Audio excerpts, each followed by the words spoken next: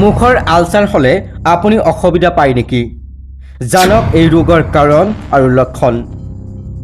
আমাৰ সকলোৰে নিশ্চয় কোনোবা নহয় কোনোবা সময়ত মুখৰ আলচাৰৰ সমস্যাই অশান্তি দিছিল। জিভাত ওঠৰ পিছফালে বা ছালত হোৱা এই ঘাঁবোৰ অতি বিষ আৰু অস্বস্তিকৰ।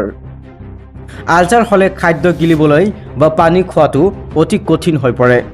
সাধাৰণতে বিশ্বাস কৰা হয় যে পেটৰ গৰমৰ বাবে বা যিসকল লোকৰ পেট পৰিষ্কাৰ নহয় তেওঁলোকৰ মুখৰ আলচাৰ হয়।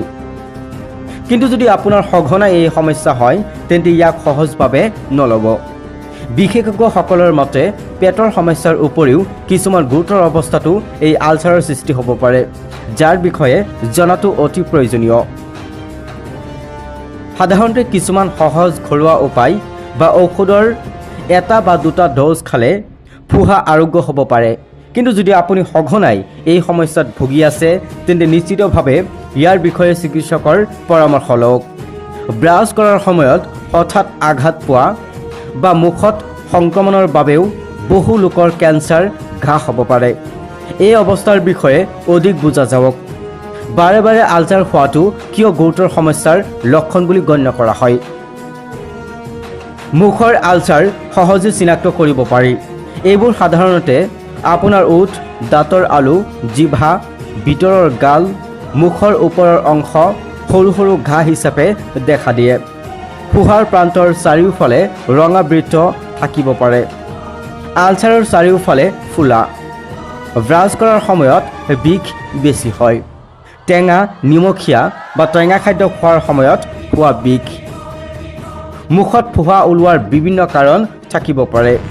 এই ঘাঁৰ বিকাশৰ বাবে বিভিন্ন কাৰকৰ বাবে বিশেষ গুৰুত্ব দিয়াৰ প্ৰয়োজন। খাই থকা অৱস্থাত ভুলবশতঃ গাল বা জিভা কাট খাই যোৱা, বেক্টেৰিয়াৰ প্ৰতি এলাৰ্জি প্ৰতিক্ৰিয়া,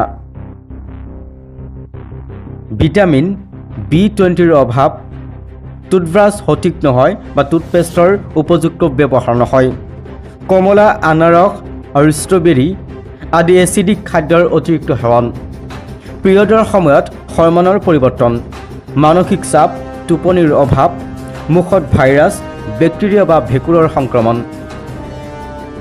স্বাস্থ্য বিশেষজ্ঞসকলে কয় যে আপুনি যদি সঘনাই ফুহাৰ সমস্যাত ভুগি থাকে তেন্তে কিছুমান ক্ষেত্ৰত ই গুৰুতৰ স্বাস্থ্যজনিত সমস্যাৰ লক্ষণো হ'ব পাৰে, যাৰ বাবে তাৎকালীন চিকিৎসাৰ প্ৰয়োজন হয়। ঠাণ্ডাৰ ঘাও অধিক গুৰুতৰ আৰু চিকিৎসাৰ প্ৰয়োজন হোৱা অৱস্থাৰ লক্ষণ হ'ব পাৰে। NHSৰ প্ৰতিবেদন অনুসৰি যদি আপোনাৰ সঘনাই ভিটামিন E12ৰ অভাৱৰ লক্ষণ হ'ব পাৰে। খাদ্যৰ পৰা শক্তি আহৰণৰ লগতে আপোনাৰ স্নায়ুতন্ত্ৰ সুস্থ কৰি ৰখা আৰু ৰক্তকণিকা সৃষ্টিৰ বাবে এই ভিটামিনৰ প্ৰয়োজন। ইয়াৰ অভাৱ হোৱা লোকসকলৰ প্ৰায়ে ফুহাৰ সমস্যা হ'ব পাৰে। বাৰে বাৰে ফুহা ওলোৱাৰ সমস্যাত চিকিৎসকৰ পৰামৰ্শ লৈ এই অৱস্থাটো ধৰা পেলাওক।